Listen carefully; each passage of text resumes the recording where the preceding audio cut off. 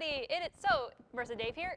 Convention season is coming up shortly. That it is. We're so excited for it. We're getting our cosplays ready. You guys are probably getting your cosplays ready or buying them, whichever one. We don't judge. Yeah. But we are going to talk about some of the strange things that cosplayers do. I mean, it's one of the things we look forward to seeing the most at conventions, but they do some pretty weird stuff. I mean, it really depends how you look at what's weird. I mean, what's weird to us is weird to us is not weird to them, I guess, and what's weird to them is normal for us. I mean, yeah. I don't know if I'm the only one, but I guess the enjoyment of taking off a wig after a long day of cosplaying. Like, it's like the cosplayer's equivalent of like taking your bra off after a long day. It's just like, ah! That's probably the best comparison to make. Yeah. Oh, it feels so good. Like, my hair actually looks decent because it's nice and flattened and it's all wavy from being up in a ponytail / bun all day. It's like, when I take when I went to just like any of the conventions, I wear a wig cap so my hair doesn't go sliding all over the place. And when I take it off at the end of the day, just like there's a huge line across my forehead. I get that too! Oh and my gosh! I'm like, this is like the most satisfying thing in the world. Or if you have to wear shoes that aren't the most comfortable, yes, you get to take those off. One of my cosplays involves wearing high heels. One of mine is gonna involve, like, they're not like high heels, but they do have heels on them. Oh my gosh. So I'm gonna have to walk around in that for the better part of I got some pretty hours. nasty blisters while I was cosplaying that one character that wears heels, and then I had to wear boots the next day. Those shoes were comfortable, but my feet were already completely botched from the heels from the day before. So I mean, my feet were destroyed by the end of that con, and my mom was just like, "What happened?" It's like the boots that I used for Dark Link were always like a little tight. Ooh. So it's like I can live with this. And after a while, it's like my feet are like killing me. So when you finally get to sit down, even if you just kind of kick your heels down a little bit, just to loosen everything up in there, it's like, it's so nice. Then there's the cosplays that take more than one person to handle. Yes, like the people who can't fit through doors or can't get upstairs, or like it reminds me of like weddings when like a bridesmaid has to go with the bride to the bathroom to like help her pee. But those are usually the people who win competitions and stuff. Yeah. But then there's those, and then there's the ones that are like they're really cool, but like only one person, like it's a one-person job. Where last A-Next there was someone as DJ Sona. That's one of my favorite skins that she has. Had like the lights going, had like speakers and music playing, and had like a little dolly cart that had like everything set up. Oh my god. Oh my god, that looks sick. I'm sure there's got to be pictures of that somewhere. I'm gonna find it. Oh, so nice. One thing that always weirded me out is sometimes people will bring 6 or 7 cosplays to a 3-day convention. Yeah, that always. It's like okay, Friday AM, like I'm gonna be this character, then Friday PM, I'm gonna be this character. It's too much work for me.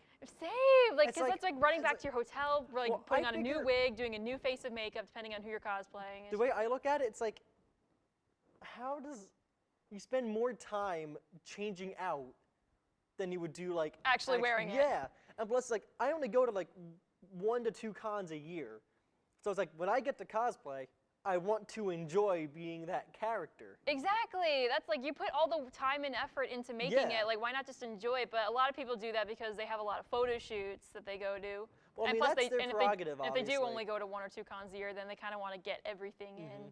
Especially if they have multiple meetups on the same day. Yeah, I mean, the way I look at it is like if you do one thing one year, then do something else the next year. I do that. Depending on what it is, obviously. Anime Next is the one convention that I go to year after year. I always try to make new cosplays for that convention, whereas if I'm going to multiple cons in 1 year, then I'll wear the same stuff to every con. I usually do only 1 meetup a day. If I'm not wearing that costume, like on that day, it's like I don't really care. I mean, I'll usually select the costume I'm gonna wear based on that day. I do that.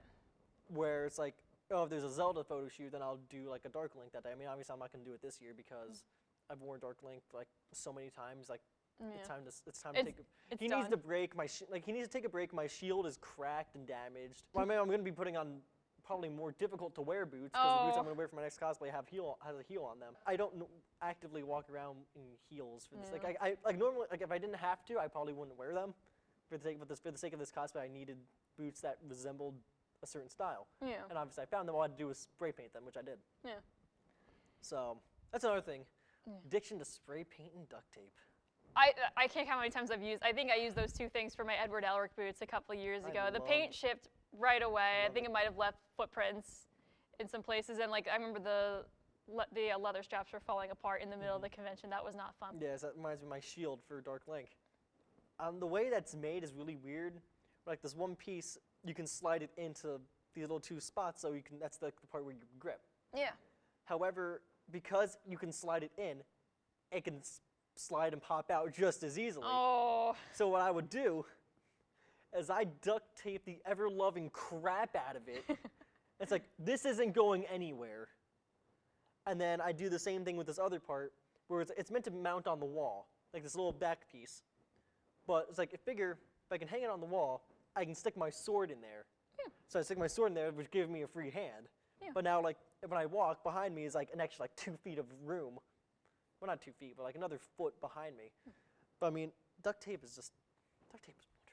Yeah, it can solve so many problems. The other thing that I've noticed, a lot of people, especially like people who have fan pages and stuff like that, they'll have this thing where like they do a secret cosplay where like they post like a picture of the materials they have, like progress shots, like, oh, this is my secret cosplay. Regardless of who it is, like chances are someone somewhere in the world has done the same exact version of the same exact character. Oh. Is it really all that secret? It's a really weird thing. I mean, and plus somebody might guess it anyway before you actually debut it. That's kind of the point of the whole secret cosplay thing. But I mean, it's not a secret. I've seen pictures of it already. I don't know. Having like the cosplay pages and stuff. I mean, I like the pages that are dedicated to like look at the cosplay from this person or this person, like just highlighting cosplay in general. I guess I'm not just a fan. I'm not really a fan of people like specific cosplayers, I guess. I'm not really a fan either, especially because they're usually the ones that are like very skimpy or like have their boobs hanging out. I'm not trying not to judge, but it's just like. I mean, obviously some cosplays involve having to dress a certain way.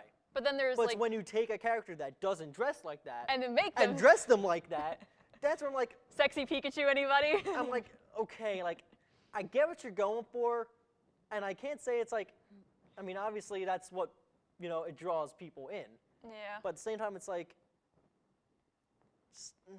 I remember a couple years ago, there was a male sexy Pikachu where he just like bright yellow briefs and like the ears and stuff. That was kind of funny, but it's just like, but again, really? It's like, but it's one of those things where you break it down. It's like, if a guy does it, it's funny. When a woman does it, it's like sexy. Yeah. But like at the same time, it's like, oh, she's trying to get attention. She's like, I mean, we don't know that. It's all for debate. And then you have, I like call it just like, I don't want to say like, they're not the lazy, they're not, I don't want to say. The people who stick a wig over their head is like, oh, I'm casual Sephiroth. Casual, no, you're not. Casual irks me a little bit. But I mean, the one thing I do like is when you have the people, I don't know if you were at ANX this past year. No, I did not. But there was one guy, he walked around, all he had on was he just wore a Squidward mask and walked around with a sign that said, Krusty Krab is unfair. That's funny. it. That's all he had. And it was one of the best things I ever saw.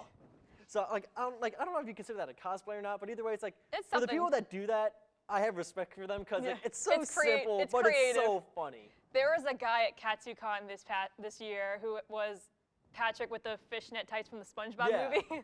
Did you see that? Yeah, I did actually. Oh my gosh. I saw pictures of it online. That was funny. Anyway, so that's our take on cosplayers. Hopefully, we'll be seeing some of you guys around at cons this year. Take care, guys. See ya.